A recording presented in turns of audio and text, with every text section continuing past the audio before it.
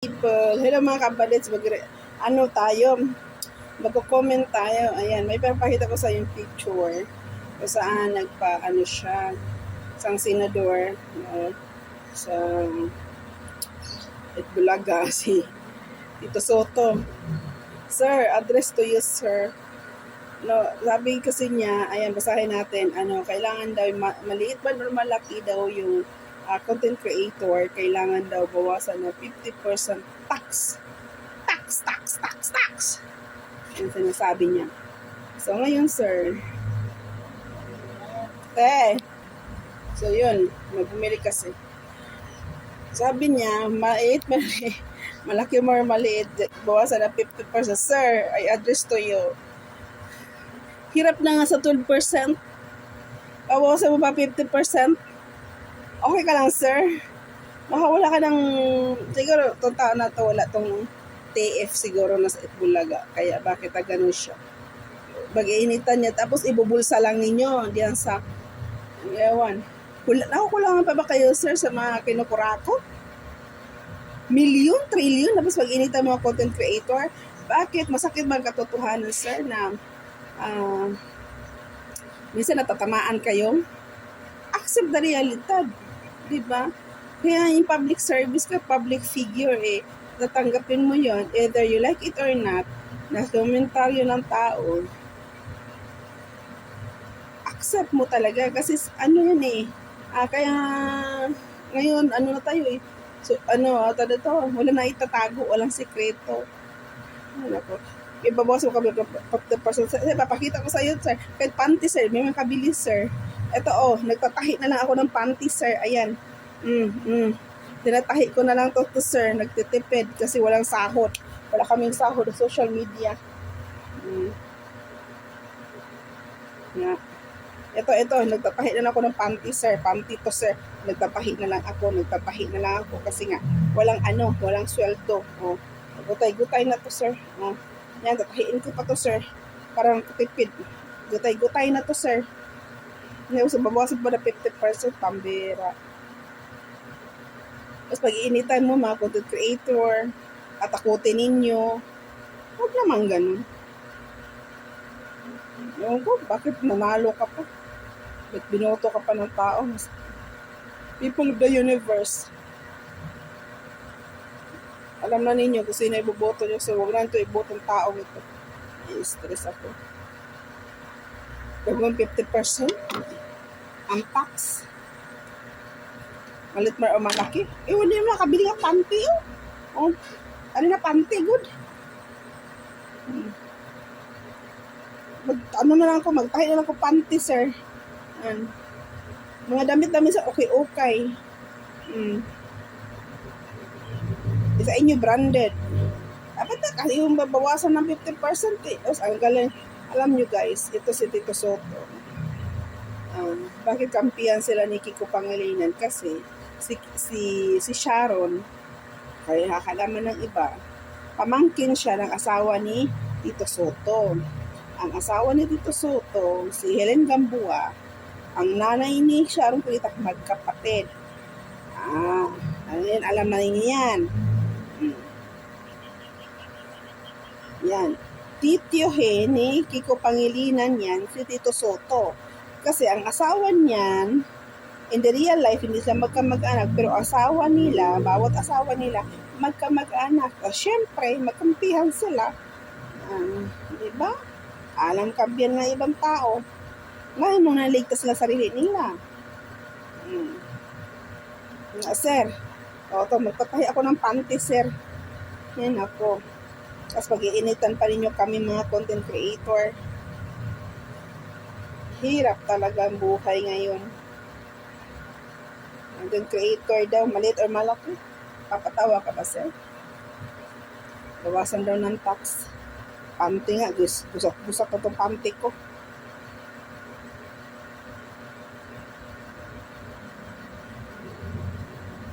Panty na asawa mo, sir.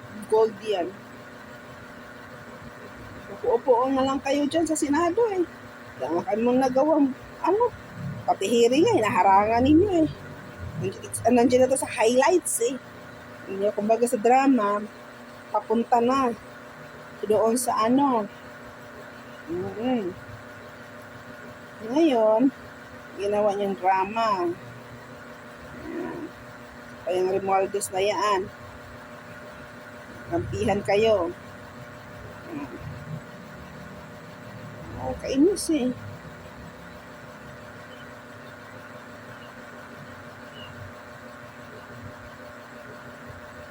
Matatakutin yung tao. Huwag naman ganun. Tao lang tayo. Alam ko tao rin kayo. Pero ang Diyos, ang powerful. Hindi lingid sa Panginoon ang lahat ng pinagagawa ninyo. Ang bilis ng karma. Sabi nga ngayon, ang karma daw i-instant.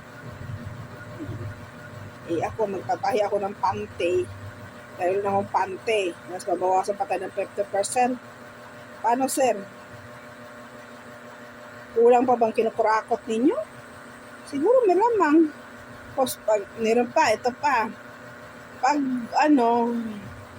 amendments ba yun? Oo, may exertion, may amendments. Pinapaganda lang yung salita. Pero alam mo, ibig sabihin nun, iisa lang yun. Pira pa rin ng tao yun. Pira pa rin ng mamamayang Pilipino yun. Hindi nyo pira yun. Pinapaganda lang ninyo. So, di si Rizal Ontiveros, meron ako nabasang sa post niya sabi niya, lahat nung una, hindi niya aminin, hindi niya aminin.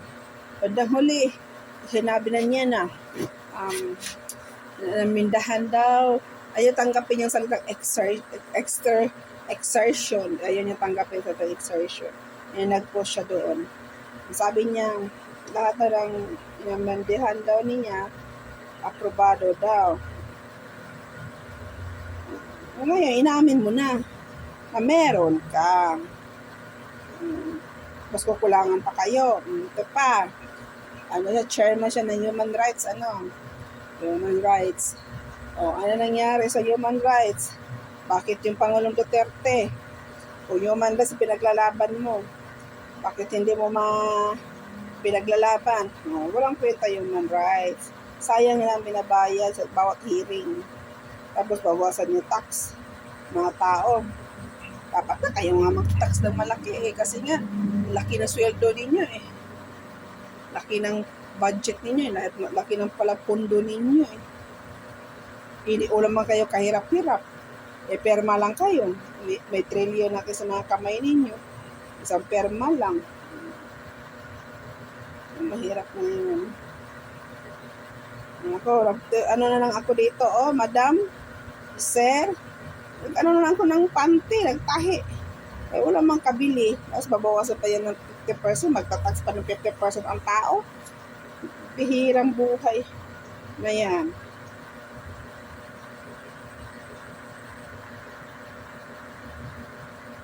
Ako.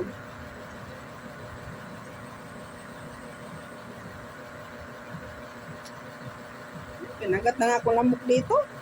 Nagtatahi. Nagtitipid. Kaya lang pambili. Tapos bawasan mo pa ng ano ba sabi niya? Ibigyan 50% na ibabawas sa tax doon ng bawat small creator big or small daw. Sana all. Kaya nga nagagalit ng Panginoon Para lindol na tayo sa Pilipinas Bakit kaya yung mga kinukurakot hindi pa nilindol? Para lindolin kayo. Kasi kayo. Kainis. Masama bang maglabas na sama ng loob? Wala ka kaming sweldo. Ito na nga, nagtatahi na nga ang pumping sira. Bawasan mo pa ng 50%.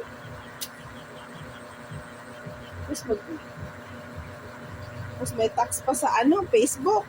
May tax pa sa YouTube. Kailangan magbayad pa ng tax.